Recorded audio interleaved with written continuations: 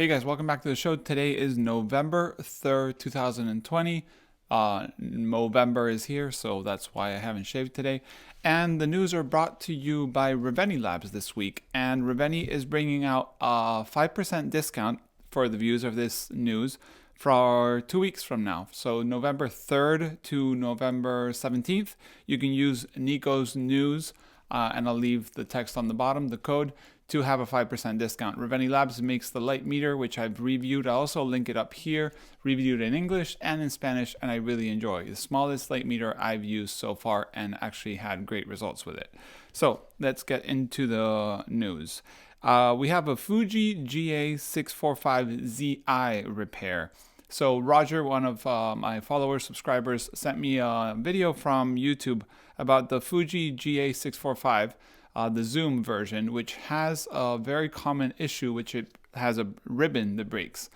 So you lose control of the camera, you can't change the ISO, you lose, basically the camera shoots, but you don't know what you're shooting.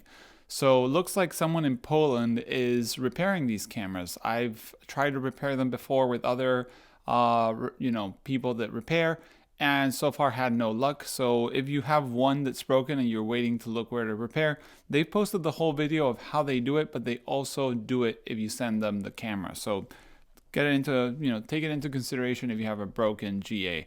Then we have an update from Silberra. Silberra had an Indiegogo campaign, got around $38,000 in funding. They were going to be sending film. They've been saying they're sending film. And as far as I know, they haven't sent all the film to everyone. And supposedly they're sending perks little by little. And I want you guys that watch the news to tell me, have you received any perks from Silberra in the last, 3 months, just to know how things are going there?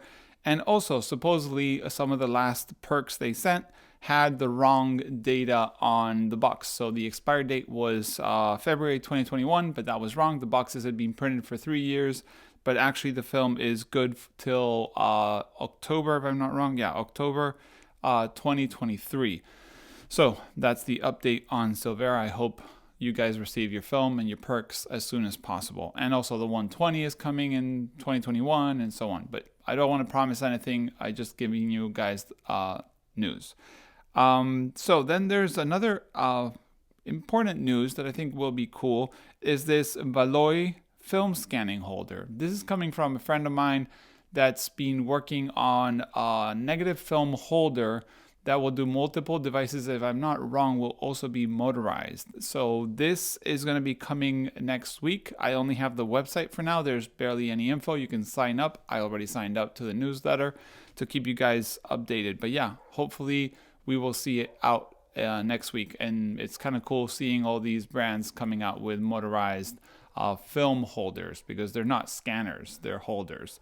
Then we have an update from ChromaGraphica and their holders. Remember, these are dry plate film holders, and they think they are pretty much done with the Kickstarter campaign. They posted on the Chroma Instagram a picture of a bunch of them. They're going to be putting them together and sending them to backers, so that would be the end for that Kickstarter. It doesn't mean you can't order any more after, which I recommend you do if you're shooting dry plate or wet plate. Then this came from another Patreon of mine who let me know, Nico. It's called Ligero 69, or I guess if you're saying it in an accent, Ligero 69, and it's a minimal cone camera for Mamiya press lenses. So very much similar to the Dora Goodman or the Camera Dactyl. It's just a cone that on the front has the helicoid mount for the Mamiya press lenses, and the back is basically the press slider like holder. So this is basically using either the Polaroid back or the FP100C or the film holder that has that S shape, so you can even like grip it as if it was part of the camera grip. And it's very, very minimal. Also, it's free to download. I asked the maker, because the maker posted on Instagram, if he has the download link already or not. If it is, it'll be linked below. If not, I'll leave his Instagram. You guys can go bug him if you feel like printing it. But it's a very minimal design. I quite like it. Just a little nose cone, and then the lens just goes on the front. Then we have another piece of news from another Patreon, Brian Segarra from Puerto Rico. is made a 110 negative holder. 110 is that format that usually gets forgotten from the film people. Apart from Lomography, no one else really is making film for it. But if you're a 110 user and you enjoy it, you can now use and print this negative holder. It's free to download in Thingiverse, and you can print your own little 110 holder and scan your, old negatives or new negatives. Then we have another negative film holder. It looks like it's the week of the film holders. This is called Rodsgear Modular Film Negative Carrier, also on Thingiverse, and it's free to download and print. This one looks a bit more like the Abdi that I made a review and I mentioned in the news before, but it has a slight curve in and curve out, so like an S curve to keep your film a little flatter, and it also is modular, so you can make it bigger from 35 to 120. You can scan up to a 6x9 film. Also, if you're into making these kind of things, you can go ahead and make it. Then we have an update from another film holder, the Pixl-latr version 1.3. He's made a couple improvements to the design, and I'm going to read it straight from his little post. The first two improvements are the frame and the diffuser. The frame is now molded flatter. I did notice that mine is a little wonky. I haven't done my review yet. And the slots for the legs in the diffuser are now cut to be aligned closer to the slots in the back of the frame, if that makes any sense to you.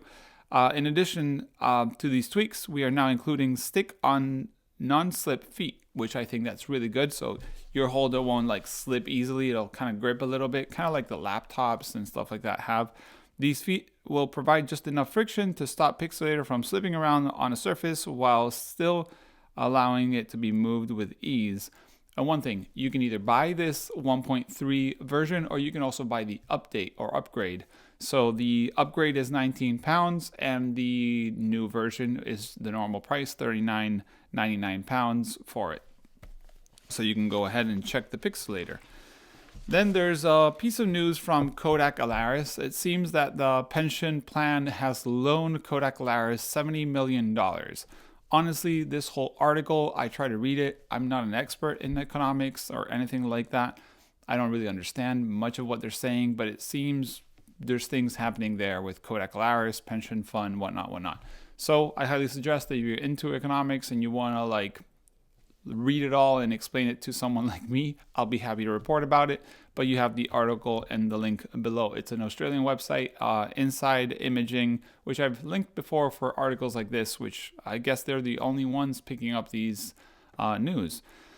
Then we have Lomography Challenger Special Edition camera. There's a reusable camera, multicolored flash, a la Lomography, kind of like disposable camera, Lomochrome purple inside. So this is a kind of like collaboration camera with I think Japanese streetwear, skateboard wear brand, and it's a reusable camera like we've been seeing lately from Kodak, from what are these people, Double Film, and also Harman. I feel like the same factory in China is just making different versions of this camera. It may not, maybe I'm wrong, is making this new camera. So if you want a reusable, I think it's selling for around 25 euros, pounds, dollars, so give or take depending on the exchange rate. If you're feeling like that and you want, I think this one is the one that includes the most features. It has the multicolored gels for the flash, a Lomo purple inside for $23 or euros, or 125 is a pretty good deal.